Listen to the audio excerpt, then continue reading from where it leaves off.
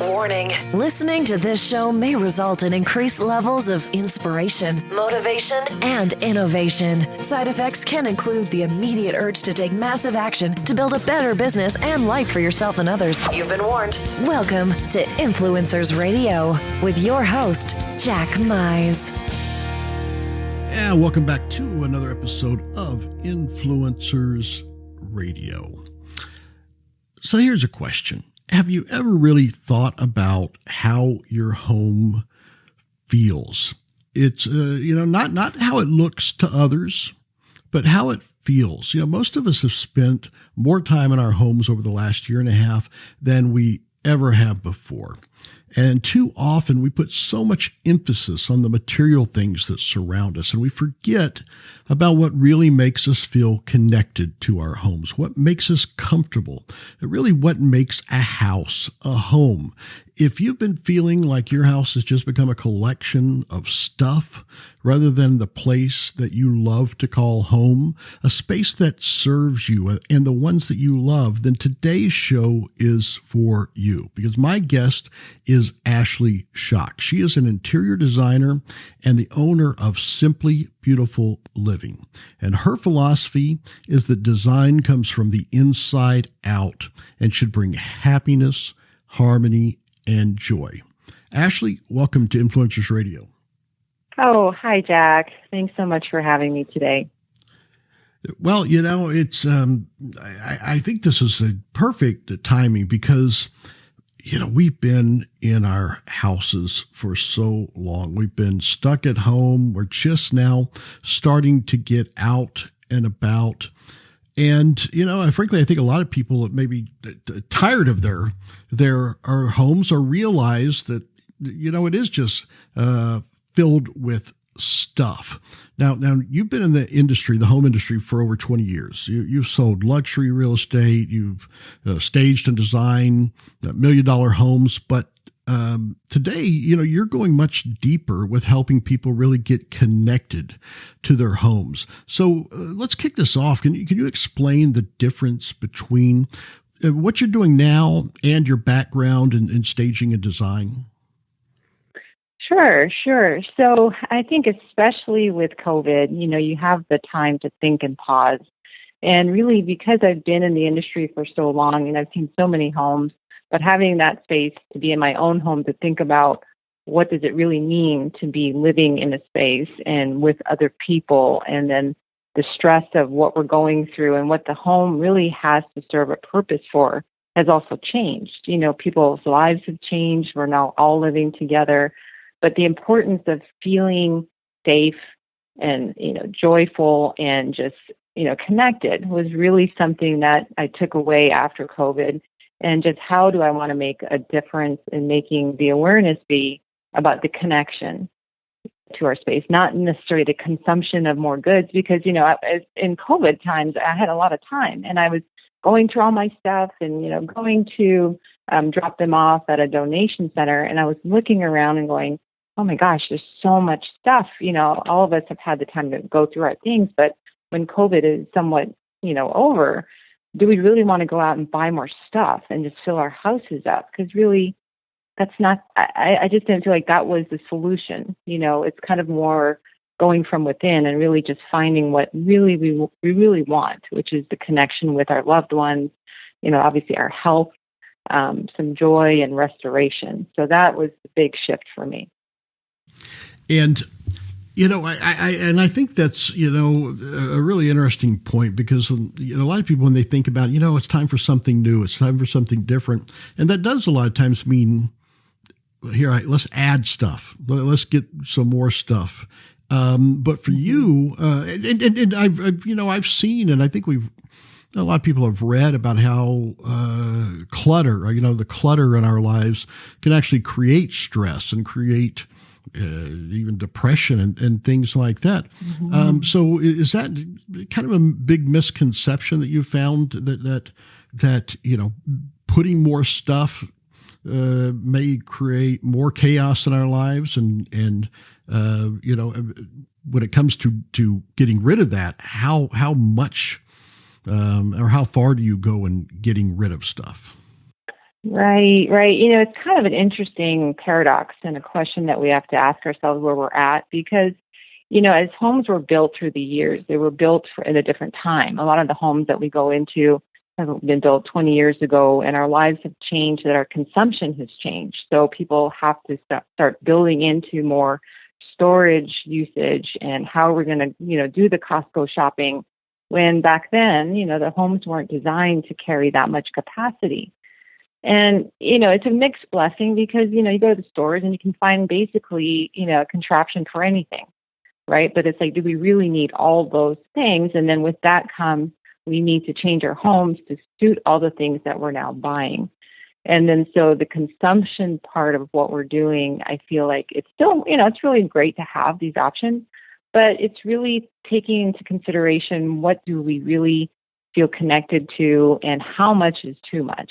And there's a term called decision fatigue.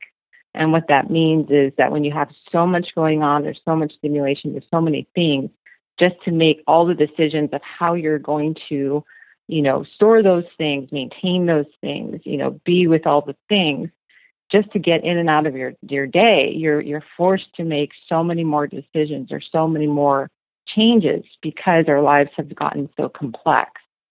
And, not that I want to be an ultra minimalist, because I do think there's a happy medium, but it's really just taking a step back and really realizing what's really important.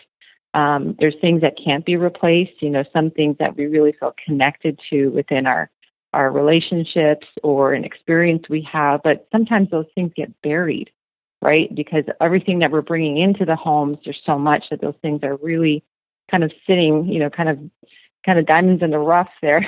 And, it takes time to go backwards and really think, oh yeah, I remember when I had this experience and I really felt connected. It was a great part of my life, but it's buried under, all the Target bags or all the Costco things that we have. And, like I said, there's nothing wrong with that. And I'm not out to judge anyone on how they live. It's really just an alternative to find some grounding and centeredness of being more intentional of how we live.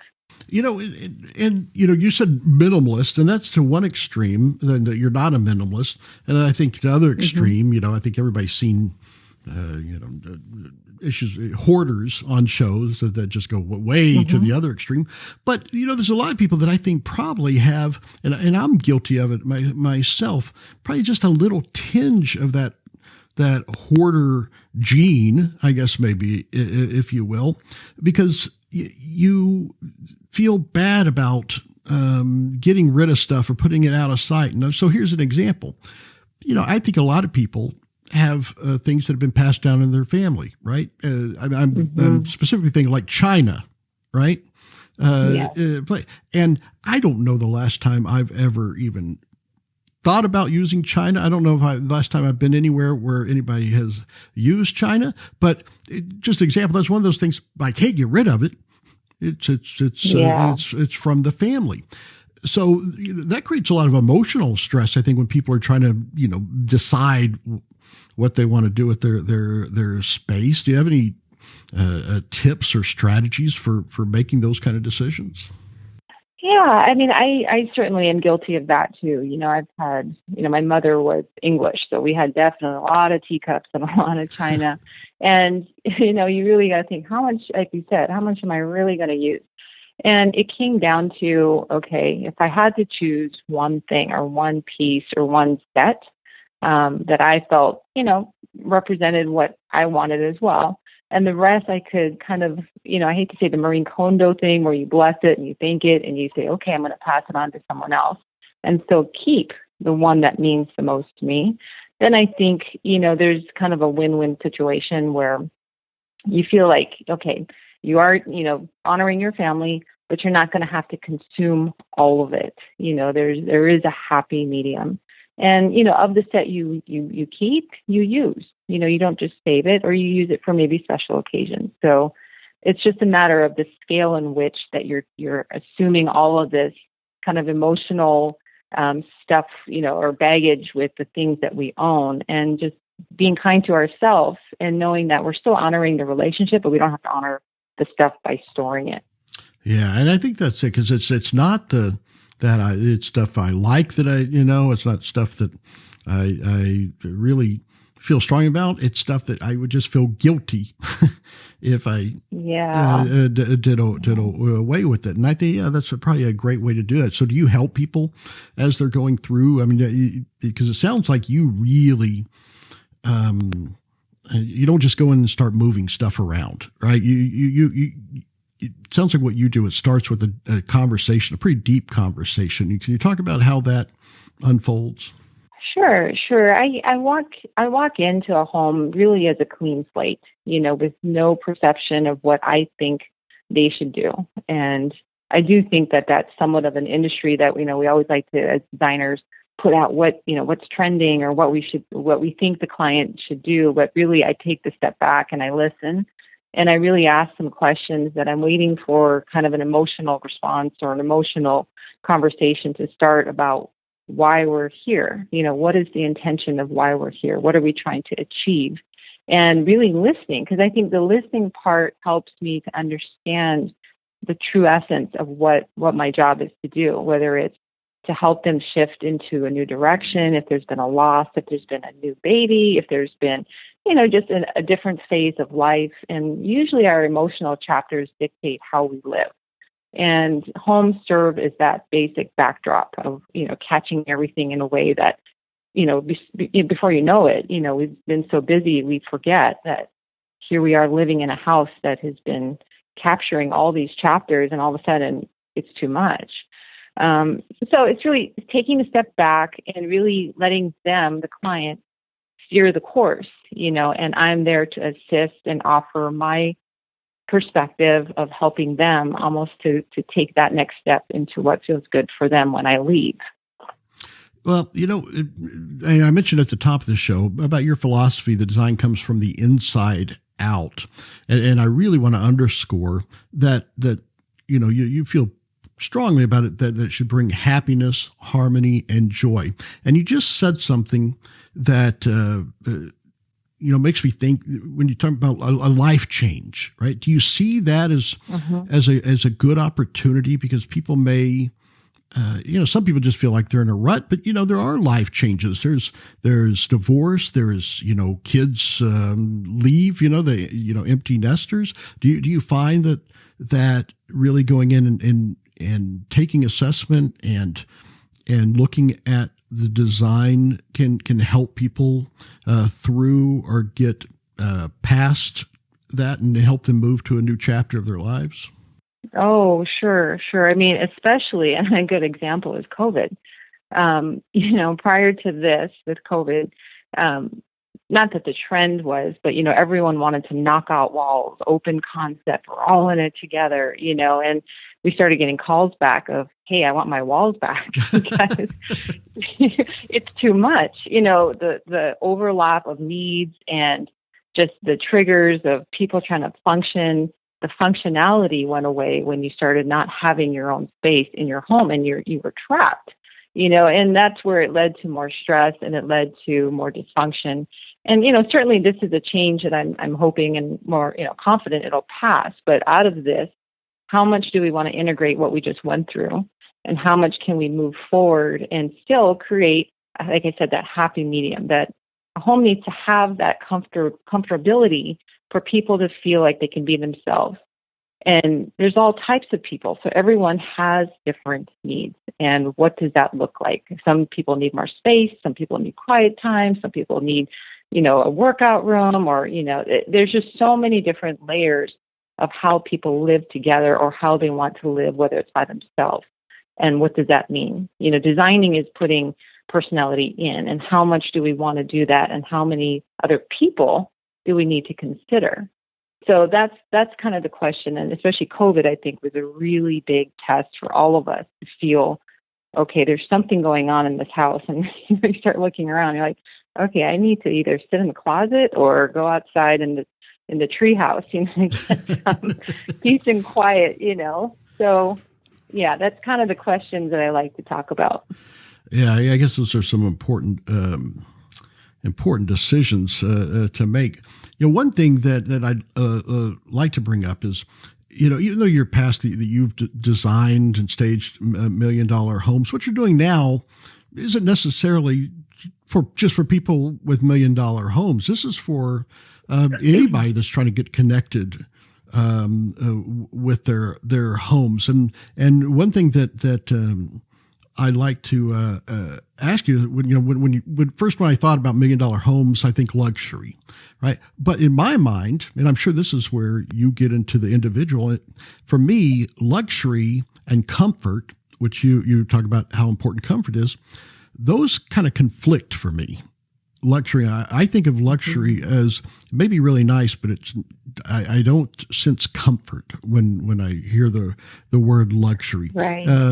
Can I describe, if you can, kind of what I'm feeling when I think about that, and how people that aren't in $1 million homes may think about the way that they can redesign to Sure. bring that harmony and joy to their homes.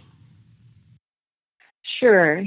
And, I was fortunate enough to have the exposure to be able to be in these luxury homes. And, the price tags are certainly a lot higher than most people can afford.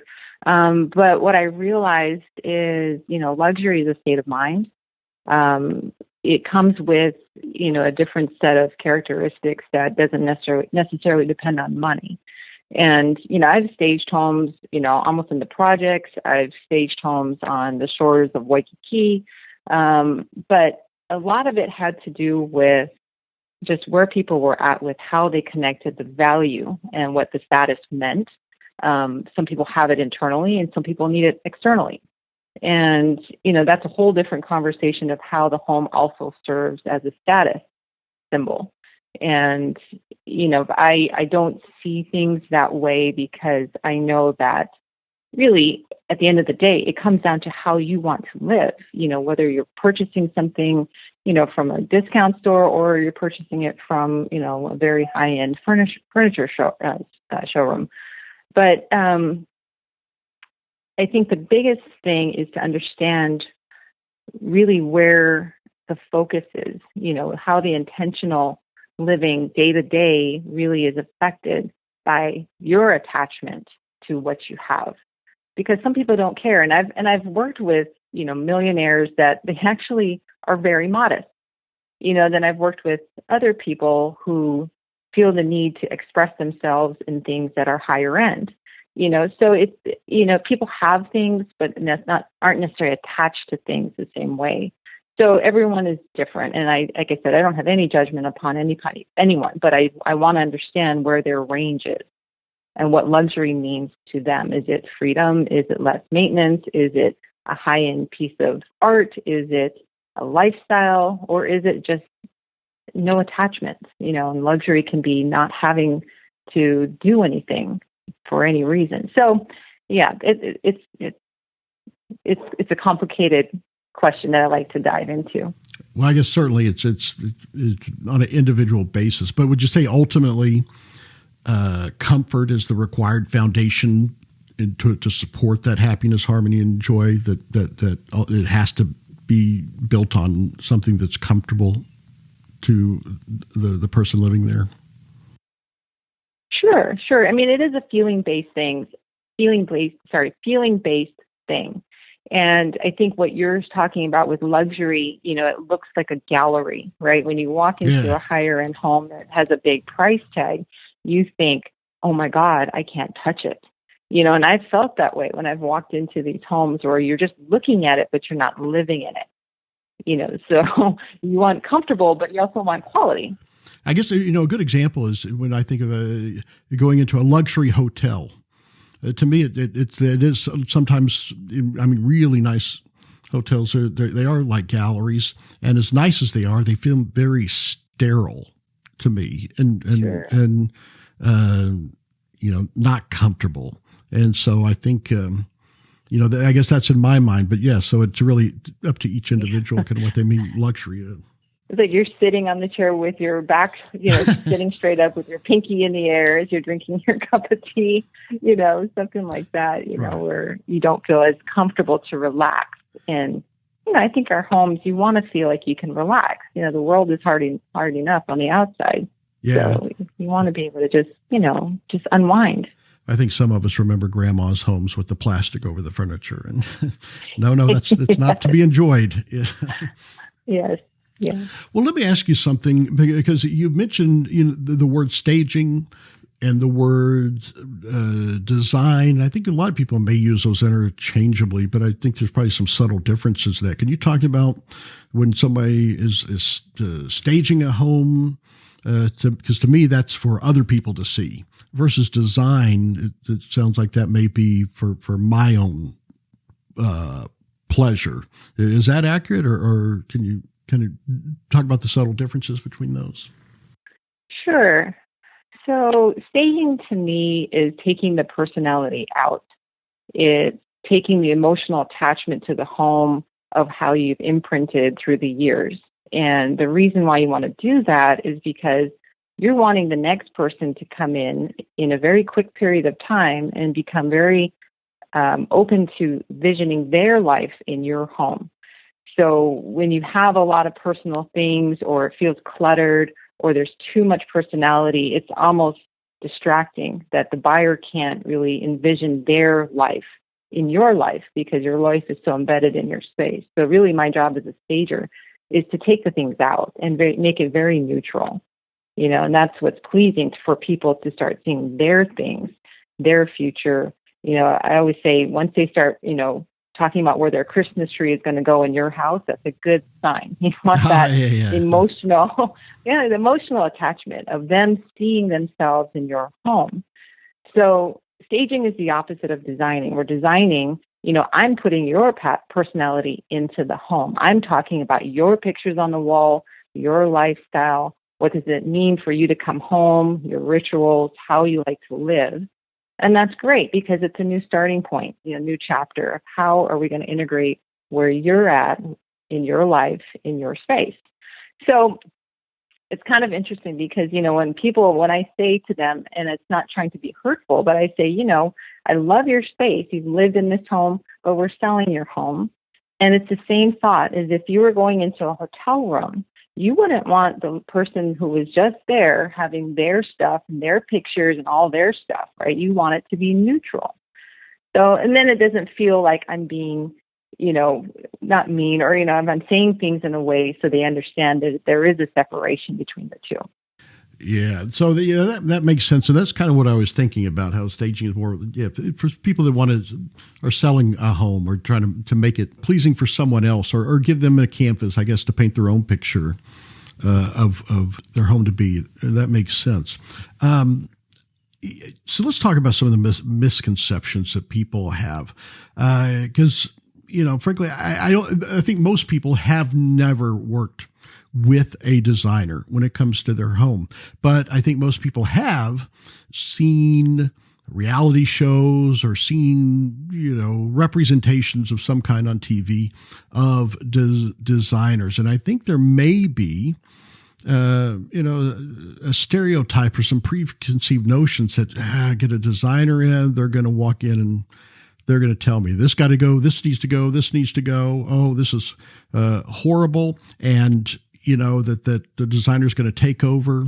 And when they leave, they may have a house that looks like it's, came from a magazine, but it's not what they feel comfortable with. And you certainly have a gift for tuning in and really connecting with people and understanding what they like. But can you kind of bust that misconception of what it's like, especially if someone's working with you, that it's not going to be about you inflicting your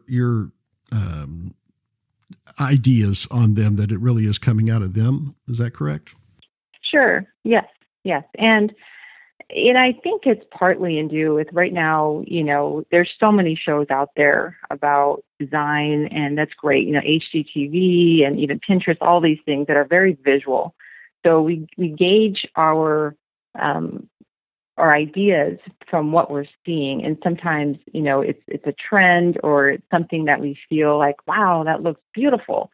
And I kind of equate it to like a haircut. Like you see an amazing haircut, but when it's on you, it doesn't feel like you, right? And so part of my theory of being a designer is really tapping into the core and getting ideas and inspiration from things that people have seen, and they can show me pictures of what feels good to them. And then I relate it to their space and ask them questions about why and what's not serving them, the feelings behind even the color selections. There's so many different emotions that are based on color theory. And so when I'm asking them, okay, you want to rest, but you're painting your room bright red, is that something you really want at the end of the day? And this is why, but, we talk about it. So, design doesn't have to be expensive. It doesn't have to be something that is out of reach. It really is a perspective of living that just brings you into alignment with your space. And the fundamentals really are kind of based on nature of what we get our inspiration from already is our world, right? And so bringing kind of the outside in, I think, especially after we've gone through COVID, where we were so robbed of being outdoors and our freedoms, and now bringing that back in and feeling grounded to kind of the wholeness of living.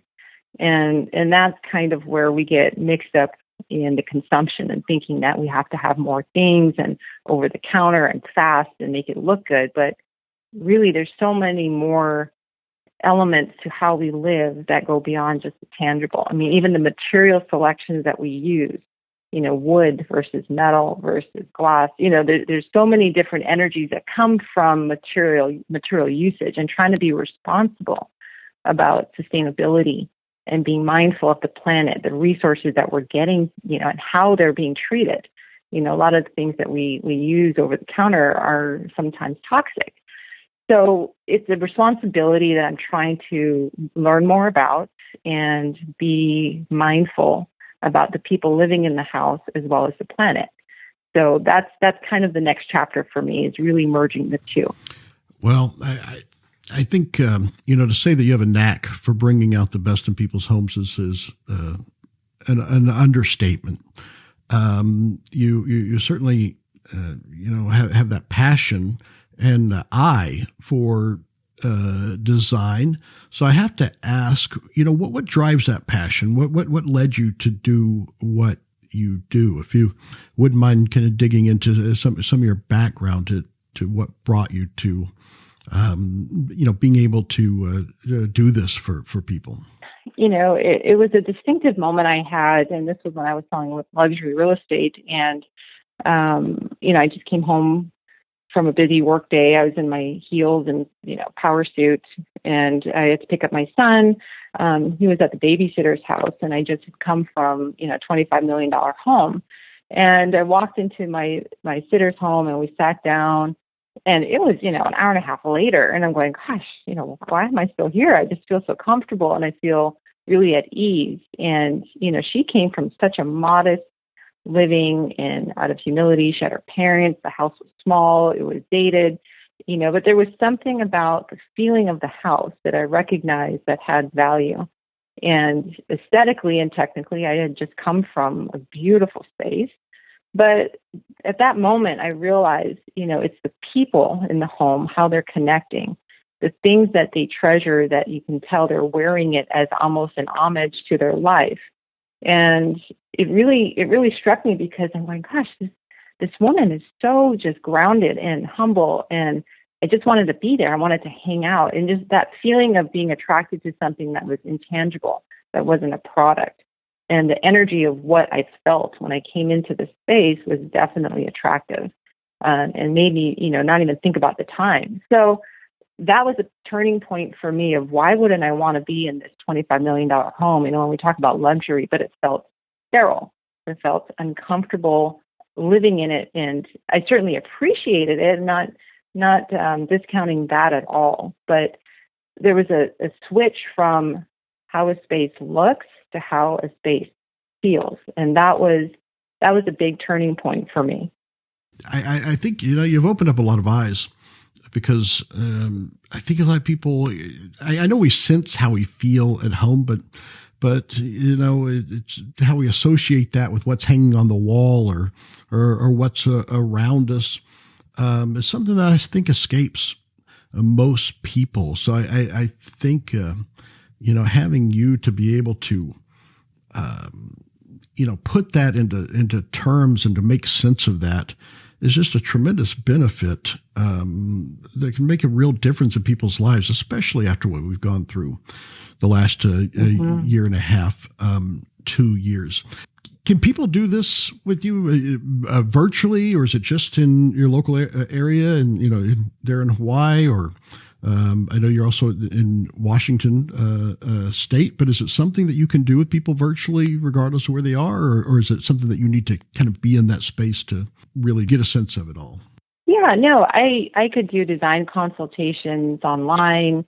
I'm in the process of trying to write some kind of coursework. If people want more information, and it's, small tidbits. It's not going to be a volume series, but something that just helps people. My business motto is simple. It's simply beautiful, because I don't want it to feel overwhelming. And that's part of the other, I think, mindset of people feel like you have to do, everything over. And really, it's small steps at a time. But it's really understanding the fundamental intention of how people want to live. And, we've gone through a really stressful time. And coming out of this, I just want, if not just a little better, just something that makes people feel they have that ownership in getting happiness back into their life, harmony and alignment with how they really want to live. So I can do that, online, talking to them. And if they send pictures, the lucky thing is, with COVID, Zoom is now the new thing. Right? We can all Zoom each other from, across the world. And really it's asking the questions and kind of seeing and identifying, oh, yeah, this is kind of why, I see what you're saying. So, yeah, we could definitely do things virtually as well. All right. Well, fantastic. So how can people find out more about Ashley Schock and Simple, Beautiful Living? Well, I have my website, and that's at simplybeautifulliving.com.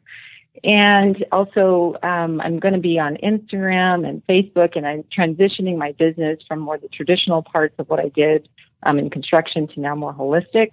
So that's up and coming. But yeah, the website and social media would be great.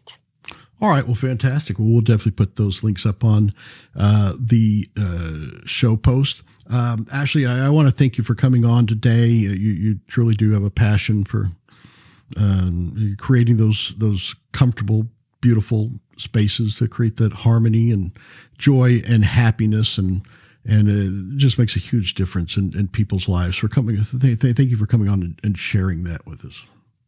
Great. Thank you so much, Jack. I really appreciate your time. All right, folks, definitely check out Ashley Schock if you're feeling that, or you're not feeling that your house is your home. There's something that you can do about it, and there's something just about anybody can do about it. And Ashley certainly has that passion and insight into being able to do that. So check it out, simplybeautifulliving.com. We'll have the link on the show post, along with how you can connect with Ashley on social media. Until next time on Influencers Radio, remember, you are the only real game changer.